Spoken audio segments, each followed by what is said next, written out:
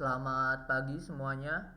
Di hari Kamis ini 18 Agustus 2022 saya akan share apa aja news-news yang ada tadi malam kemarin juga, dimana kemarin perdagangan libur.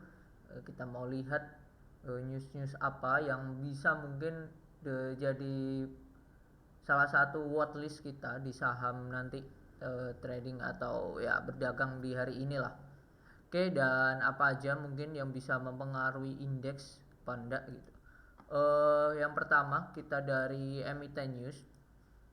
Itu ada MITI, Mitra Investindo akan terbitkan reissue 2 miliar, butuh dana akuisisi. Nah ini, MITI bakal mengakuisisi pelayaran Karana Line PKL dan Karya Abdi Luhur KAL senilai 178 miliar.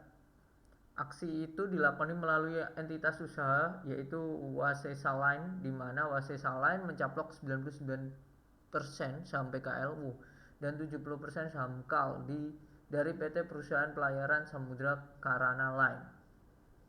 Oke. Wasesa Line mengambil alih 64 saham per 27 Juli. Pengambilan alih itu seluruhnya berjumlah 116,65 miliar. Selanjutnya Wasesa memborong alias 17,5 juta lembar saham kelas B dengan nilai itu ya, berarti untuk akuisisi lah. Kalau kita lihat dari chartnya di MITI sendiri adalah dia posisinya sideways, dan news ini bisa menjadi ya gorengan juga nantinya.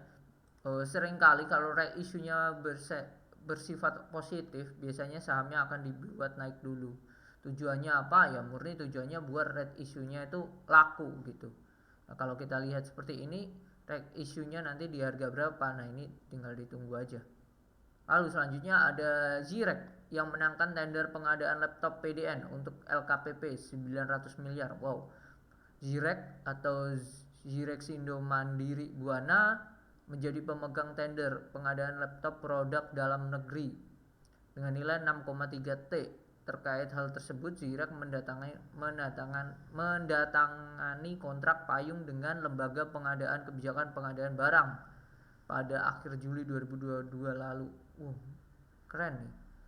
Oke, manajemen Zirek lebih lanjut menjelaskan di 2022 perseroan siap menghadirkan perangkat TIK dengan spesifikasi yang dibutuhkan oleh pemerintah. Dari nilai pagu tersebut, secara konservatif Zirek akan dapat kontribusi untuk kebutuhan laptop nasional senilai sekitar 900 M. Ini agak membingungkan ya. Dalam artian kontraknya ini bilangnya 6,3, pengadaannya punya pagu itu, tapi kontraknya 900 M ya, kita anggap 900 M ya, dapat jadi revenue-nya, pendapatannya si Zirek nanti ya akhir Juli, berarti nanti akan berefek ke kuartal ketiga. Oke, lanjut. Didukung Saratoga Investama, Atria DC kembangkan data center ESG 2,2 T. Wow. Saratoga Investama melalui anak usahanya Atria DC akan menginvestasikan dana sebesar 100 sampai 150 juta setara 1,4 sampai 2,2 T di bisnis pusat data center pada 2023-2024, dan tersebut akan digunakan untuk membangun dan mengakuisisi aset pusat data ramah lingkungan di dalam kota dengan menganut prinsip environmental, social, dan governance ESG. Wah ini menarik ya. Kalau melihat dari saham-saham yang ada di Indonesia ya, di Indonesia yang data center yang udah IPO tuh baru DCII gitu. Dukungan Saratoga di Atria DC menambah daftar portofolio investasi perseroan bisnis infrastruktur teknologi yang dimulai dengan tebik tahun 2000, which is good. Ini salah satu bentuk upaya Saratoga untuk kembangin bisnisnya. Bagus. Ekspansi kredit Bank Rakyat Indonesia Agro. Oke, ini anak usahanya BRI. Jajakan rek issue 3,5 M. Wow. di akhir Juli. eh di saat perbankan melakukan reg issue, teman-teman jangan terkecoh sampai sesuai di tahun-tahun sebelumnya di 2021 kalau nggak salah, dimana banyak saham-saham yang narasinya sebagai bank digital, padahal mereka melakukan reg issue itu bukan untuk jadi bank digital, tujuannya untuk memenuhi yang namanya modal inti. Modal intinya di kisaran 2T kalau nggak salah kemarin. Sedangkan nanti tahun ini akhir 2022 harus 23T, harus itu. Kalau di bawah itu suatu bank akan turun menjadi bank pasar, bank pengkreditan, BPR lah. BPR atau di merger. Tujuannya apa ya? Tujuannya untuk memenuhi modal inti tadi. Nah, ini tujuannya si agro ini apa? Nah, ini perlu dicek lagi berapa itu modal intinya. Terus lanjut, prospek SBN Retail, rekam jejak ekonomi hingga harga BBM. Pemerintah akan menerbitkan lagi SBN atau surat berharga negara, yaitu sukuk retail seri SR07. Ini syariah berarti sukuk retail. Menariknya berbeda dibanding dengan sejumlah analis, pemerintah justru menawarkan kupon sebesar 5,9. Besar nih, termasuk lebih tinggi ketimbang SBN retail terbit sebelumnya, yaitu SBR 011 di 5,5. Sebelumnya udah ada. Ini juga bakal menjadi instrumen SBN retail dengan kupon tertinggi sejak SR 013 yang terbit pada September 2020. Seri tersebut mendapatkan kupon 6,05. Sejak itu BN retail setelahnya memiliki kupon di bawah 5,7. Dari sini kita bisa tahu suatu pemerintah saat menerbitkan obligasi dengan kupon atau dengan imbal hasil yang lebih tinggi daripada sebelumnya adalah ini salah satu cara untuk pemerintah menjaga yang namanya inflasi. Dimana kalau inflasi berarti kan banyak yang mengkonsumsi, yang berakibat harganya akan inflasinya akan naik. Kalau inflasinya akan naik tidak terkontrol, ya terjadi seperti di 98, contohnya seperti itu, naiknya gila-gilaan. Nah, salah satu caranya adalah biar kembali lagi diputer dan ibaratnya tidak digunakan, di save itu dengan menawarkan kupon 5,9. Itu kalau melihat sekarang suku bunga 3,5 ya which is okay lah, which is good lah untuk suku retail. Oke, lanjut ke Sentrama Sen siap akuisisi 289 menara dengan nilai 631,5 M. Wow. Mengakuisisi aset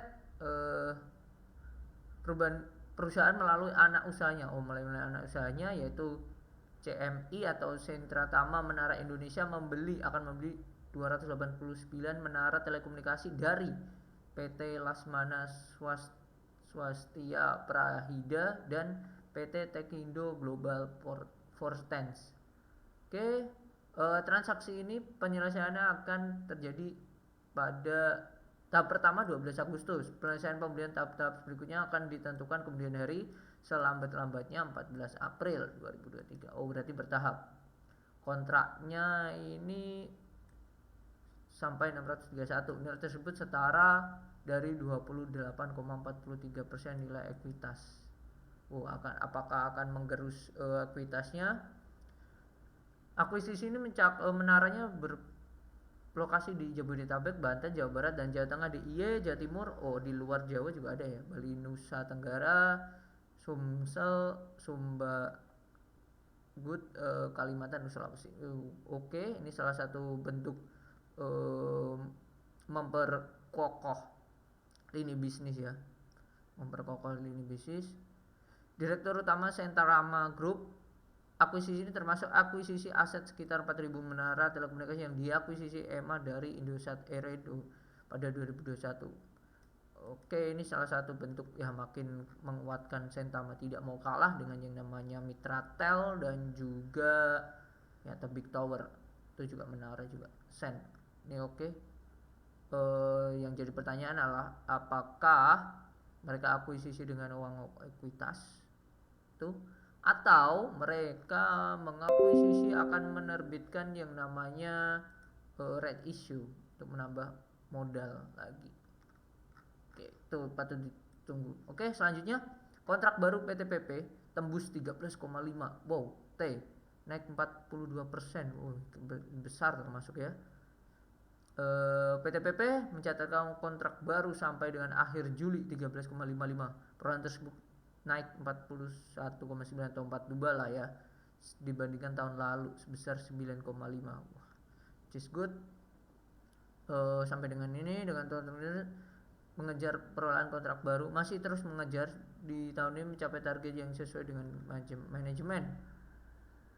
Oke. Sejumlah proyek yang digarap antara lain proyek Terminal Kali Baru tahap 1B Pelabuhan Tanjung Priok sekitar 3,83 T, ini paling besar. Lalu proyek pengerjaan pipeline Semarang Batang 1,06. Oh, ini berarti kemungkinan di bawah nih. Lalu proyek pembangunan Pertamedika Sanur Bali 621 M. Oh, ini paling besar yang Tanjung Priok ya 3,83 T. Proyek lainnya Work Unit Red Earthwork 421 M, pembangunan Simpang Susun, Jalan Tol Serang Panimbang, lalu Aceh, dan pekerjaan interior Gedung Kejaksaan 200, proyek pembangunan Dermaga Benua, proyek Bandara Halim. Lumayan banyak juga ya, tapi terbesar tadi 3T itu di pelabuhan. Oke, untuk memaksimalkan perolehan proyek kontrak baru tahun ini, PTPP akan berfokus pada proyek-proyek strategi yang dimiliki pemerintah dan BUMN. Di sini sudah terlihat bahwa dia ingin semakin menguasai lah kontrak-kontrak yang dilakukan oleh pemerintah itu sendiri.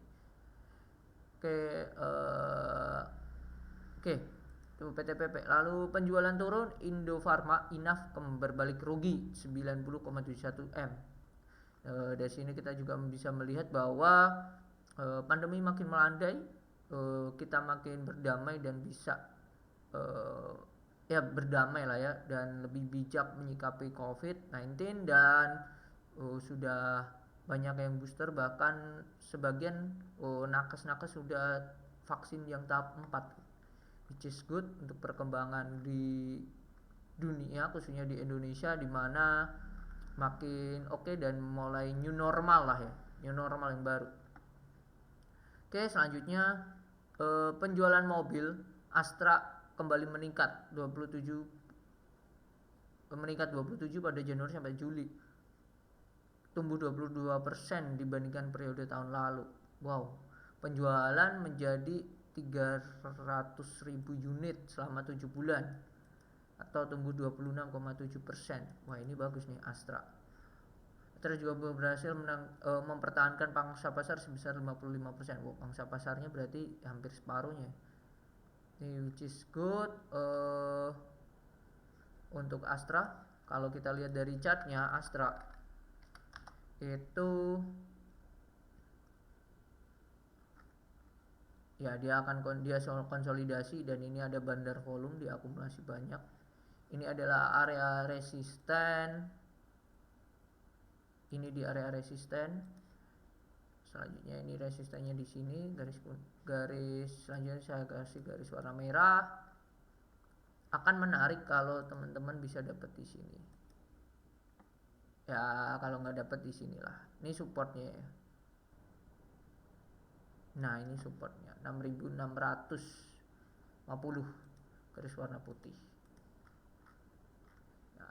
Ini bisa aja akan membuat flag, bisa aja ini akan membuat flag pattern di mana seperti ini, dan dia akan konsolidasi di sini. Nah, kalau ini terjadi, wow, boom, target kenaikannya kalau dia naik akan setinggi sini, jadi target ke 8.000. Apakah akan mungkin? Kalau melihat dari teknikalnya, target ya garis warna hijau 8.000. Kalau lihat seperti ini ya akan menarik. Jadi bisa aja teman-teman buy pertama di 6.850, lalu buy selanjutnya 6.600, bawah itu buang. Ya, tuh ini akan membentuk flag. Oke, lanjut ke berita selanjutnya. Dua terakhir ya. SCTV, SCMA naik jadi 3T berkat BRI Liga 1. Wow. perusahaan membuka pendapatan yang luar biasa 3,16 atau naik 7,33, didukung oleh naiknya pendapatan iklan dari BRI Liga 1 segmen lainnya periode selama ini, which is good untuk SCMA.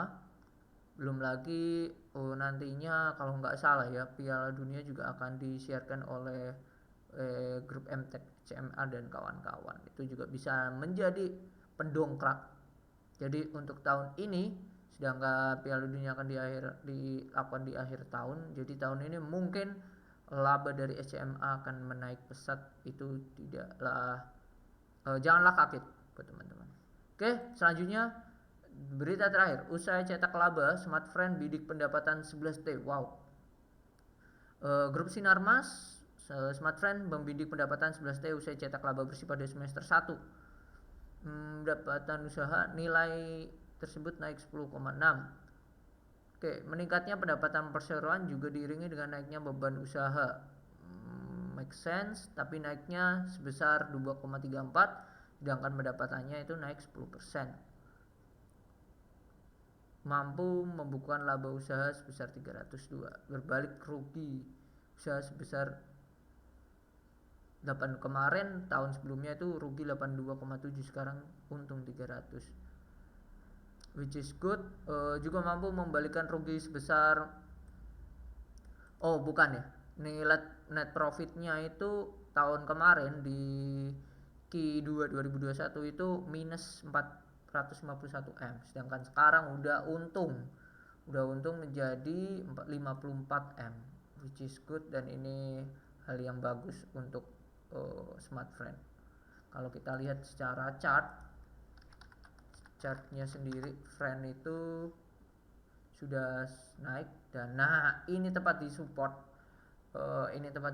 110 ya, mentok-mentok 108, di bawah 107 buang aja buat yang trading.